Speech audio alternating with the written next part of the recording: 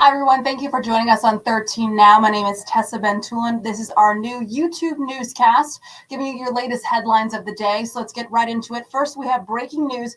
We're learning more about a Saratoga County man that's facing charges for allegedly having sexual contact with minors. I'm going to bring in our reporter, Stella Porter, now. She's been working on this for most of the day. And Stella, you actually went to Greenfield, and the sheriff over there was able to confirm some information for you. Yes. So the town is where the crimes allegedly took place. So I did go to the town clerk's office there, and they told me they're not able to give us any records today because the clerk is not in town. But we did confirm with the Saratoga County Sheriff that Therese is a member of the Ballston Spa High School math faculty. He's still listed on their website.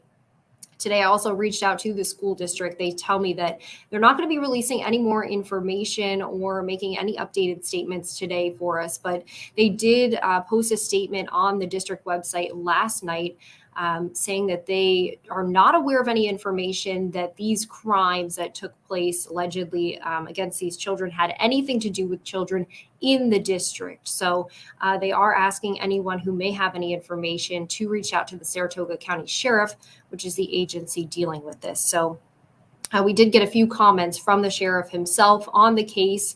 And we're continuing to follow that story and ask the district for updated information. Okay, thank you, Stellan. I have information here too that says this happened from 2015 to 2017. And do you know how many victims there were? Yes, we do know that there are 4 alleged victims here. Again, none of them, it's believed, were students of his, though he is math faculty at Ballston Spa. Okay, thank you, Stella. So Stella will have an update for us more on this story starting at 4 o'clock on our newscast on NewsChannel 13. Stella, thank you. Moving on, the boyfriend of a Troy woman found dead in Queens last year has been indicted and arraigned on murder charges. This is video from what happened last year. The district attorney in Queens says 30-year-old Kareem Flake is charged with murder, kidnapping, weapons possession, and tampering with evidence. We told you 26-year-old Destin Smothers, that woman right there, a mother of 2 from Troy, went missing in November 2020. She was in the city to attend a gathering with Flake. Flake told police at the time they had an argument and she got out of the car and walked away. Her remains were found 4 months later in the trunk of that same car, allegedly belonging to Flake. It had been abandoned in Queens. Flake fled town during the investigation. He was arrested a few months ago in Florida and extradited back to New York. Flake is set to appear back in court on August 11th. He faces up to 25 years to life in prison if convicted. And the Cambridge School Board will consider a measure tonight to fight back against the court ban on its Indian mascot. This battle, whether to keep it or be forced to remove the mascot, has been going on for over a year now. A resolution at tonight's meeting would authorize district attorneys to file a notice of appeal to a ruling that the district has to stop using the Indian mascot. You may remember the school had been ordered by New York State Department of Education Commissioner Betty Rosa to drop the name last year. The school board had initially decided to drop the Indians logo and name on its own in June 2021, but when a new school board took over a few weeks later, they reversed course. And moving on to that school shooting in Uvalde, Texas, we're now learning new updates about it. A new report details the chances police had to save the victims in the Robb Elementary School shooting. Officials say there were 3 missed opportunities, 3 of them, to slow or stop the shooter. The report says first, the school was an active lockdown, but the gunman was still able to enter the classroom because the lock to one of the classrooms was never engaged. Second, it says there was too many teams of law enforcement in the school, which created a crossfire situation. And finally, officers inside the school lost momentum.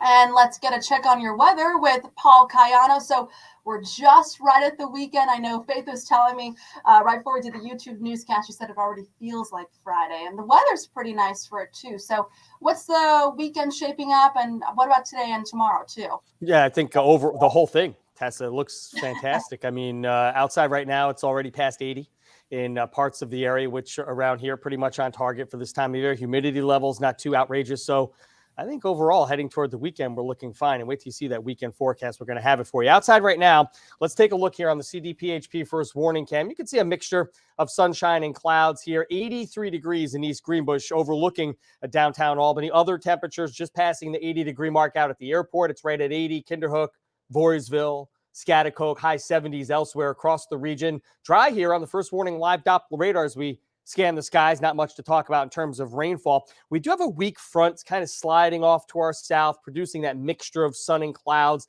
Not enough to really activate that front. So that's why I'm calling for dry weather for the next several hours through the evening. And you'll see here on the hour-by-hour forecast a couple of blips on the screen, and that's the computer model generating just one or two isolated showers tonight, but I think that might even be overdone.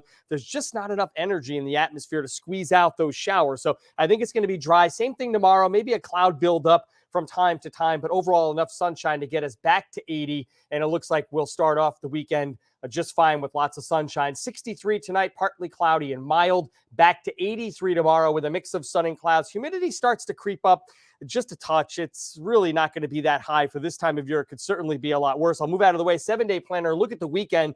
Both Saturday and Sunday, brilliant sunshine with high pressure and control. Humidity out of here. So it's going to be comfortable and warm with that sunshine, and temperatures topping out right at about 79, 80 degrees both days. And then the heat returns as we start next week, and you'll see the next chance of showers and thunderstorms arriving on Tuesday. So it looks like picture perfect weather.